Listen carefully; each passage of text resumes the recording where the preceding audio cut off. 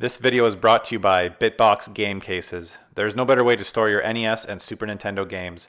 Cover art printing also available. Visit the link in the description below for more information. Team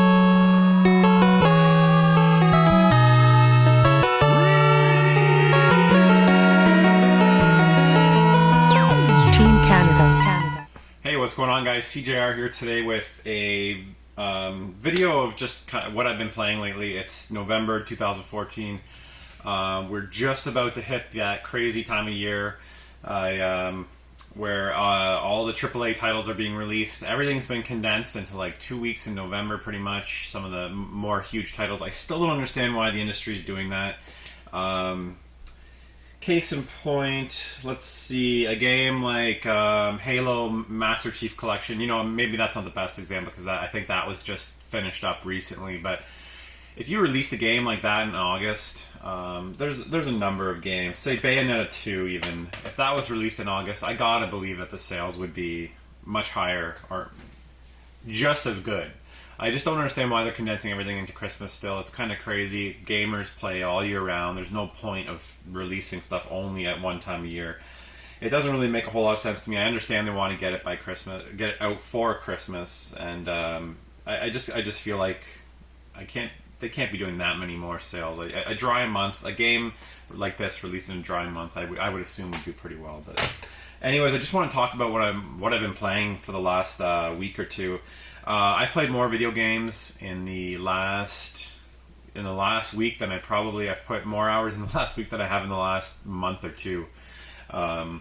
Still been playing a lot of NBA 2K15 previous to this week. This week I wanted to really focus on finishing up some games that I've had on my backlog, kind of my pile of shame. And the first one is the first one here was Infamous Second Son. It's been out for a while now.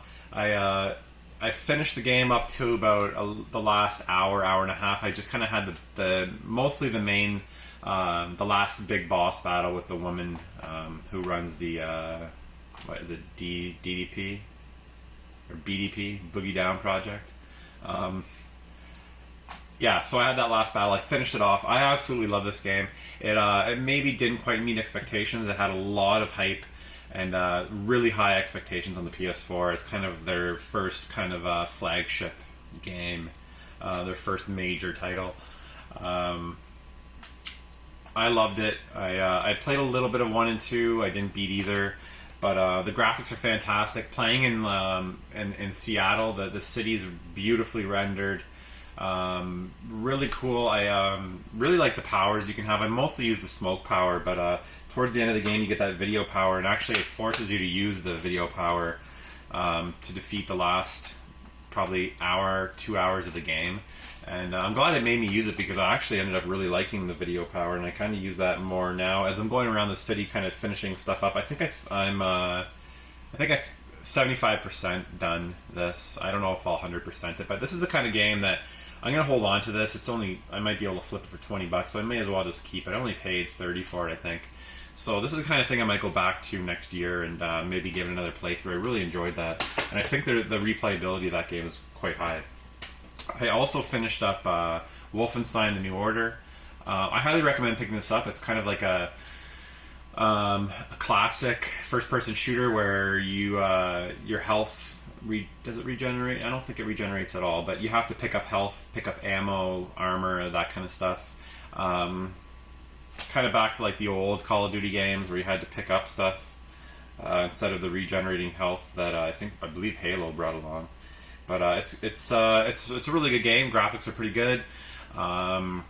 Pretty cool story. The Nazis won World War II and have taken over the world, and everything's Nazi controlled.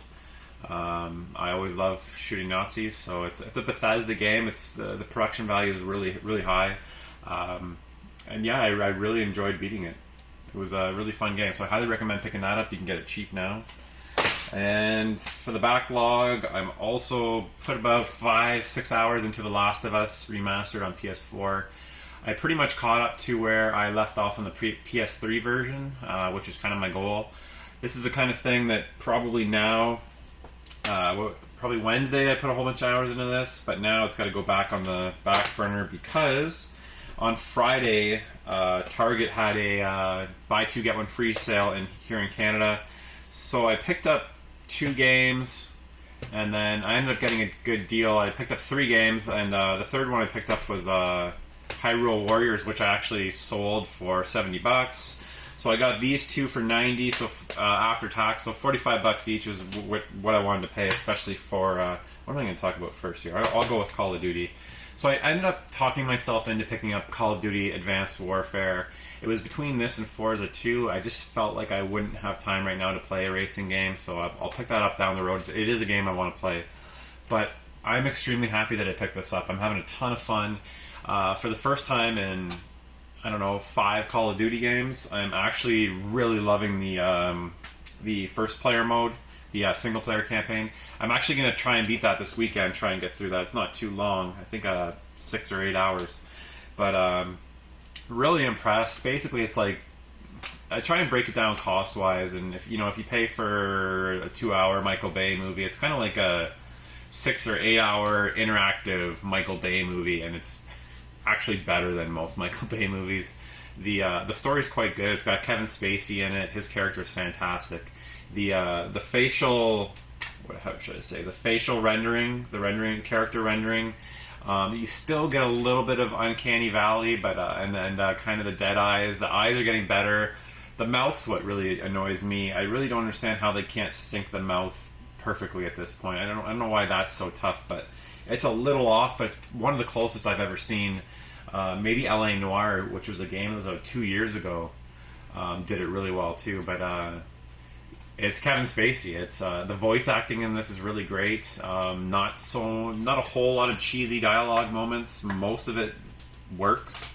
Kevin Spacey's the head of a military for hire called Atlas. I think it's Atlas, and you can kind of tell that something kind of going to go south. I don't want to spoil anything. I haven't gotten that there yet, but you kind of know. Basically, you join this Atlas. It's a private military company, and you just kind of get the feeling that something's going to go wrong with Kevin Spacey. He gives off that kind of shady character feeling. I haven't actually started the multiplayer yet.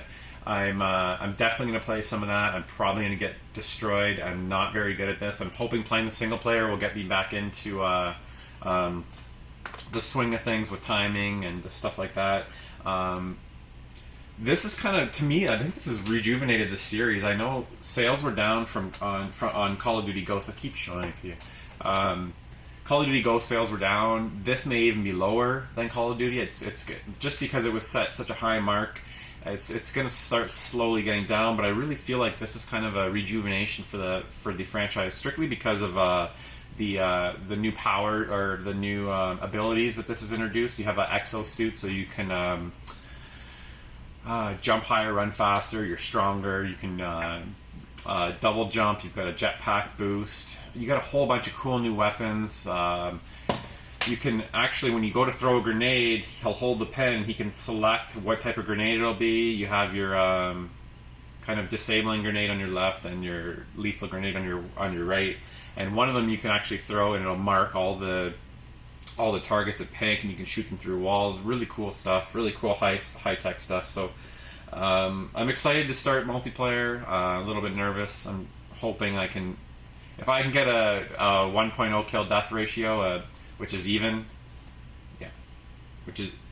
I'm very, very happy. But in terms of value, I mean, at $45 after tax. I know that my nephew likes to come over, and me and him like to play on the same team. Yeah, we play on the same team most of the time, and we just set it up with bots, and we have a ton of fun playing it that way. So I mean, I'll get 50 hours out of that alone. Playing, you can unlock zombie mode in this. There's kind of like a horde mode, I believe, that me and him like to play. So it was a worthy purchase. I was apprehensive at first, but I couldn't be happier with that purchase. Now, moving on to what I think so far may be my game of the year. I've put 4 hours into this all yesterday. Was up late last night playing it, that's the first time I've done that in a long time. Is Middle of Earth, Shadow of Mordor. What a refreshing game. What do they call the system? The Nemesis system. Just go Google Nemesis system. If you're at all interested in this game, Google Nemesis, and Nemesis system on YouTube, and it'll show you a video breaking it all down. But basically, how do I explain this? If you kill a boss character, the world will fill someone in its place, and you kind of have to kill the ranks of orcs, and you have to collect intel. So if you get if you can interrogate one guy, he might give you some intel about a war chief or a captain who's higher up in the ranks, which lets you know their vulnerabilities, strengths, and weaknesses, and then you use that information to go take them out. The whole time, if you don't take certain guys out, they have power struggles amongst each other, and there's a struggle for power, and if one wins, then they get to a higher level, and it's just really crazy system. The combat system is the best I've ever played. It's a combination of Batman and what's the other one? I would say Batman Arkham Origin or Arkham series, basically with swords and weapons. It actually is better to me. I think it's better. It kind of builds on that. So graphics are really fantastic. It's a little bit daunting at first. I recommend watching a video on YouTube, which is what I eventually did. Just like top 10 tips, Shadow Mordor, and to kind of break things down for you and explain things, because you're given this big open world, and they try and explain things as best as possible. You really got to read which markers mean what on your map, but it's best to go watch a YouTube video on how to start and play this game. It just kind of breaks down what's important and what's not important at the beginning of the game, and it really helps out. I am blown away by this game. It's got to be my game of the year so far. I absolutely love it. Highly recommend that one. So all through Fantasy Life. I picked this up. I pre-ordered it through my Future Shop deal that I told you guys about. Basically, you pre-order pretty much any big game at E3, and you get 33% off. So it ended up costing me like $30 after tax, I think. And I was on the fence about keeping it. I watched a bunch of videos on it, and I'm really glad that I kept it. Basically, you can start a life as, I think there's 18 to 20 different kind of jobs you can do. But from, I don't know, woodworking. I haven't played this for a couple of days.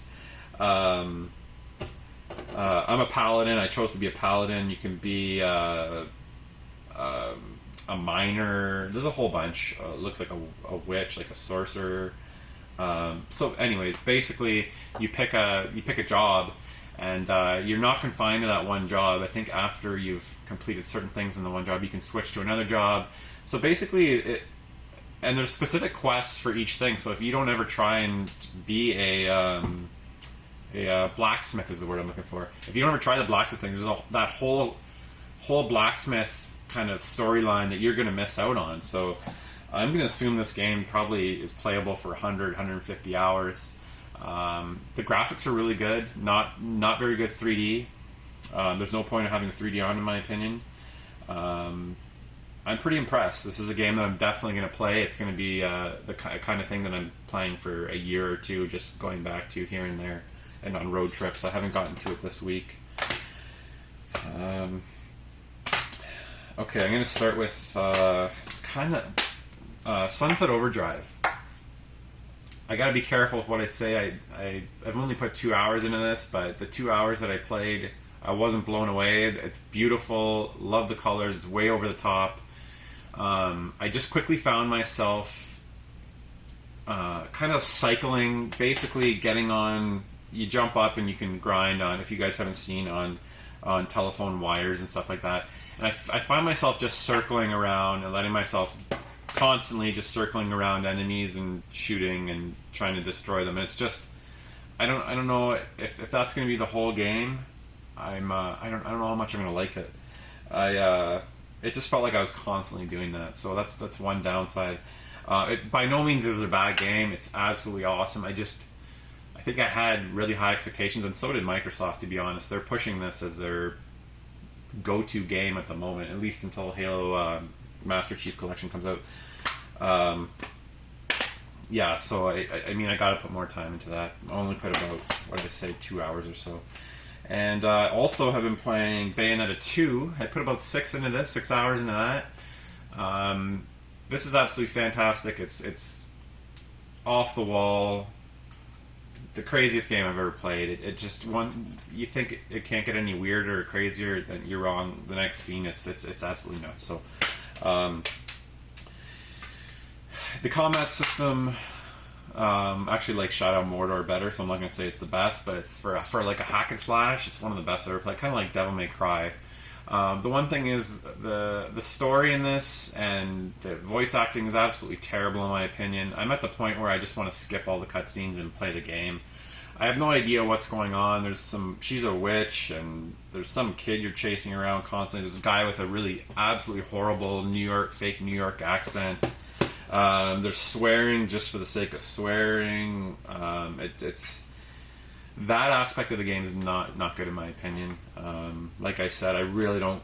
I could care less out of any game I've ever played. I could care less about the story in this more so than any game. And I've played some games with really bad stories.